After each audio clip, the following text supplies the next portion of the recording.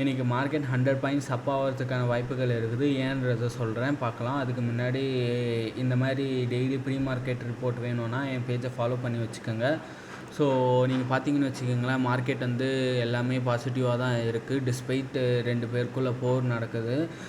State of Hormuz ஈரானும் close பண்ணுறோன்னாங்க, அமெரிக்காவும் close பண்ணுறோன்னாங்க. ஆனாலும் மார்க்கெட் ரேலி ஆகுது. ஏன் பார்த்தீங்கன்னா, பீஸ் டாக் 2ஆம் கட்ட பேச்சுவார்த்தை பாகிஸ்தானில் கண்டிப்பாக நடக்கும்னு சொல்லிட்டாங்க. இங்கே ப்ராப்ளம் வந்து போர் நடக்குன்றது இல்லை, யார் ஜெயிக்கிறன்னு காமிக்கிறது தான் இங்கே ப்ராப்ளமே. இப்போ ஈரான் சைட்லேருந்து அவங்க மீடியாஸ்லலாம் நாங்கள் தான் ஜெயிச்சேன்னு ஷோ ஆஃப் பண்ணுறதுக்காக ஒரு சில ஆக்டிவிட்டீஸ் நடத்துகிறாங்க.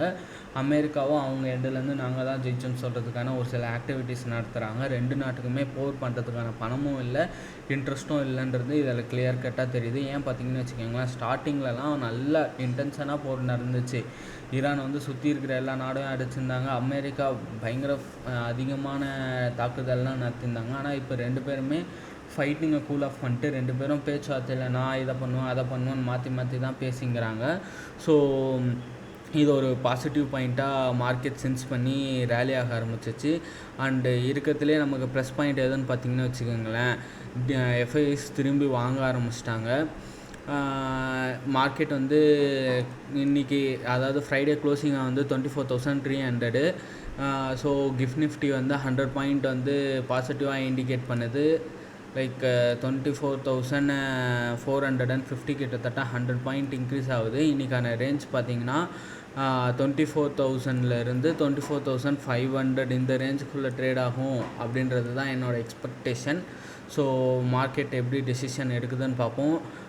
எல்லாமே புல்லிஷாக தான் இண்டிகேஷன் பண்ணுது. ஸோ பாசிட்டிவ், அதாவது டெக்னிக்கலாக நம்ம லாங்காக தான் இருக்கும். ஸோ குளோபல் மார்க்கெட் பார்த்திங்கன்னா, அமெரிக்கன் மார்க்கெட் வந்து விச் ரேலி குட்டு நல்லா பாசிட்டிவாக இண்டிகேட் பண்ணியிருக்காங்க. யூரோப்பியன் மார்க்கெட்டுமே பாசிட்டிவ் தான். ஏஷியன் மார்க்கெட் வந்து மிக்சடாக இருந்தாலும் நமக்கு க்ளோஸான ஜப்பான் மார்க்கெட், அதுக்கப்புறமா சவுத் கொரியன் மார்க்கெட் அதெல்லாமே வந்து பாசிட்டிவாக தான் இருக்குது. ஸோ கமாடிட்டியும் பார்த்திங்கன்னு வச்சுக்கோங்களேன், 93 ருப்பீஸ்லேருந்து 81 ருப்பீஸுக்கு போய் திரும்பி 81லேருந்து 88ஆக ட்ரேட் ஆகி இப்போ கூல் ஆஃப் ஆகிருக்குது.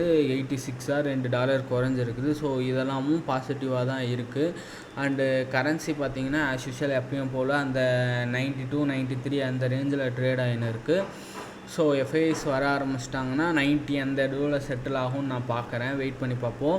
ஸோ பீ ஸ்டாக் தான் வந்து மார்க்கெட்டை வந்து காம் டவுன் பண்ணியிருக்குது. அண்டு கிஃப்ட் நிஃப்டி வந்து பாசிட்டிவாக தான் இண்டிகேட் பண்ணுது. அண்டு இந்த வீக்கெண்ட்ஸில் வந்து ஹெச்டிஎஃப்சியும் ஐசிஐசியும் அவங்களோட ரிசல்ட் கொடுத்துருந்தாங்க. ரெண்டுமே நல்லா பாசிட்டிவான ரிசல்ட் தான். மார்க்கெட் எக்ஸ்பெக்ட் பண்ண லெவலுக்கு தான் இருக்குது. ஸோ யூஎஸ் மார்க்கெட்லலாம் வந்து ஹெச்டிஎஃப்சி கிட்டத்தட்ட 4% ஏறி அதுக்கப்புறம் ப்ராஃபிட் புக் பண்ணி இப்போ 2% ஹையராக தான் இருக்குது. ஸோ அதை வந்து எப்படி இருந்தாலும் இந்தியன் மார்க்கெட்டில் ரிஃப்ளெக்ட் பண்ணும்.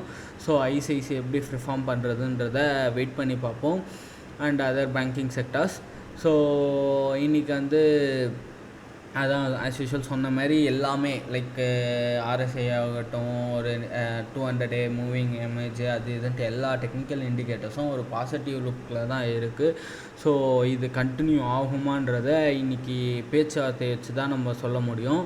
ஸோ இன்றைக்கி சும்மா ஒரு மார்க் டில் மாதிரி நடத்துகிறாங்க. லைக் ஃபயர் ட்ரில்லாம் நடத்துவாங்கள்ல நம்ம ஆஃபீஸில், அந்த மாதிரி நடத்துகிறாங்க. ஸோ இது பெருசாக இம்பேக்ட் இல்லை, சும்மா தெரிஞ்சு வச்சுக்கோங்க. ஸோ ஏஷியன் மார்க்கெட் கொஞ்சம் மிக்சடாக தான் இருக்குது. யூஎஸ் மார்க்கெட் நல்லாவே மூவ் ஆகிருக்கு. ஸோ மார்க்கெட் வந்து இன்றைக்கி எந்த சைடு டெசிஷன் எடுக்க போகுதுன்றதை வெயிட் பண்ணி பார்ப்போம். இது ஃபேக் பிரேக் அவுட்டா இல்லை நிஜமாகவே மார்க்கெட் கோயிங் டு ரேலியான்றதை இன்றைக்கி டே எண்டில் நம்ம தெரிஞ்சிருக்கலாம்.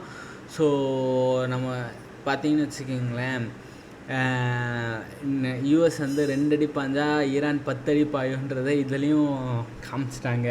நான் எப்படி சொல்கிறதுன்னு தெரில. லைக் ஈரான் வந்து இந்தளவுக்கு மிலிட்ரியில் ஸ்ட்ராங்காக இருக்கிறாங்கன்னா இதுக்கு முன்னாடி பண்ண எல்லா தப்பும், அமெரிக்கா பண்ண தப்பும் எல்லாமே அப்சர்வ் பண்ணி அதை கற்றுக்கிட்டு மார்க்கெட்டில் எல்லாத்துலேயும் ஜெயிச்சிருந்தாங்க. இதில் ட்விஸ்ட் என்னன்னு பார்த்தீங்கன்னு வச்சுக்கோங்களேன், நல்லா நோட் பண்ணானுங்க. ஓகே, ட்ரம்ப்பு பேச பேச மார்க்கெட் ரியாக்ட் ஆகுது, அதில் காசு சம்பாதிக்கிறான்றத அவங்க நோட் பண்ணிட்டு, இப்போ ஈரானும் நான் க்ளோஸ் பண்ணுறேன்னு சொல்லிட்டு அவன் பை ஆர்டரை வாங்கி வச்சு கிராஷ் பண்ண வச்சாங்க.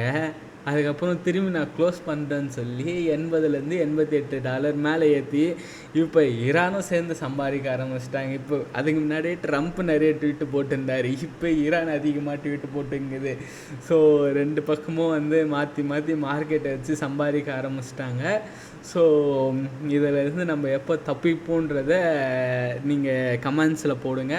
ஸோ தேங்க்யூ ஃபார் வாட்சிங். இன்றைக்கி மார்க்கெட் எந்த சைடு டிசைட் ஆகுதுன்றதை வெயிட் பண்ணி பார்ப்போம்.